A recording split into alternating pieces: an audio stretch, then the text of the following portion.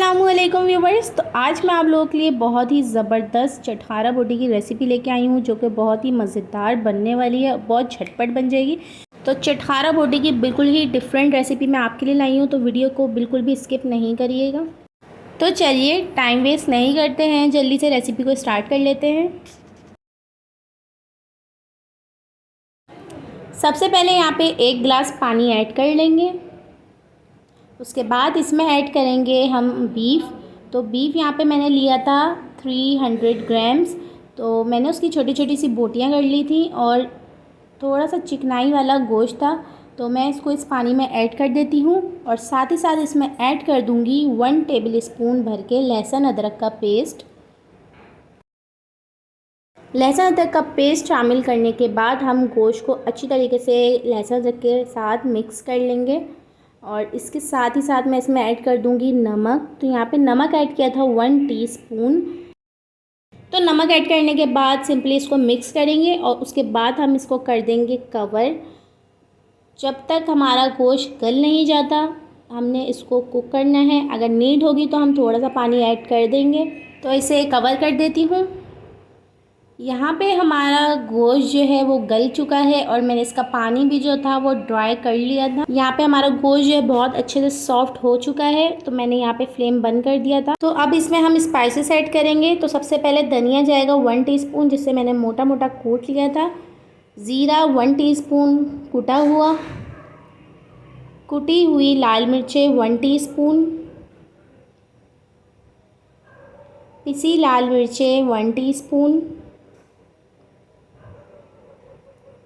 1 से 2 चुटकी गरम मसाला पाउडर।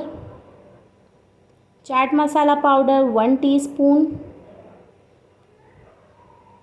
और यहाँ पे मैंने हाफ़ लेमन जो है वो स्क्वीज़ कर दिया था इसमें, ताकि अच्छा सा हमारी चटखारा बोटी में जो है ना फ्लेवर और निकल कर आए। तो यहाँ पे सारे मसाले ऐड करने के बाद इसे अच्छे से मिक्स कर लूँगी, ताकि इक्वली सब पे मसाला जो है अच्छे से लग जाए।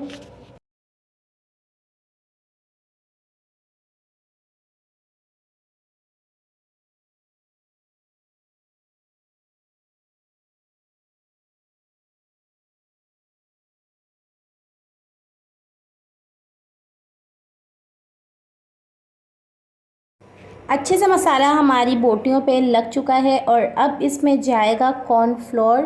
तो कॉर्नफ्लोर यहाँ पे जाएगा 2 खाने के चमचे। तो यहाँ पे मैंने 2 टेबल स्पून कॉर्नफ्लोर ऐड करा है। कॉर्नफ्लोर ऐड करने के बाद अच्छे से हम बोटियों पे जो है वो कोट कर लेंगे कॉर्नफ्लोर का। कॉर्नफ्लोर यहाँ पे अच्छे से बोटियों पे कोट हो गया है। मैंने यहाँ पे कर दिया है फ्लेम ऑन और यहाँ पे मैं ऐड कर रही हूँ 3 to 4 टेबल स्पून ऑयल।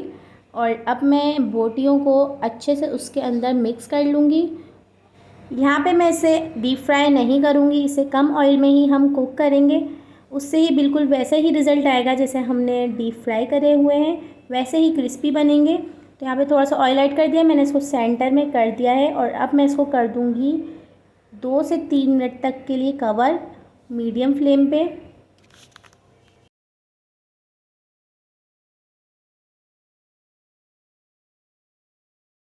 यहाँ पे 2 से 3 मिनट हो चुके हैं और अब मैं इसकी कर दूँगी साइड चेंज, ताकि जैसे ये एक साइड से क्रिस्पी हो गई है, कुक हो गई है, वैसे ही दूसरी साइड से भी क्रिस्पी हो जाए और अच्छा सा इस पर कलर भी आ जाए। तो मैं इसकी साइड चेंज कर देती हूँ।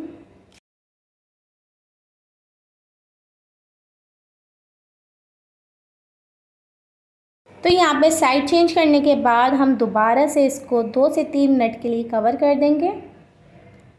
यहाँ पे हमारी मज़ेदार सी क्रिस्पी सी चटपटी सी चटखारा बोटी जो है रेडी हो गई है और बहुत टेस्टी लगी। तो चलिए जल्दी से डिश आउट कर लेते हैं। तो यकीनन चटखारा बोटी देख के मुंह में तो पानी आ ही गया होगा, क्योंकि मेरे मुंह में भी पानी आ गया है और मुझसे अब कंट्रोल नहीं हो रहा। तो मैं यहाँ पे इसको जल्दी से टेस्ट कर लेती हूँ। तो आप देखें कितनी टेस्टी लग रही है, क्रिस्पी भी है और स्पाइसी भी है, चटपटी भी है और नाम तो बिल्कुल सूटेबल है चटखारा बोटी। तो ये वाकई बहुत ही टेस्टी बनी थी। तो आपने ज़रूर ट्राई करना है और मुझे फ़ीडबैक ज़रूर देना है। चलती हूँ, मिलूँगी नेक्स्ट रेसिपी के साथ। अल्लाह हाफ़िज़।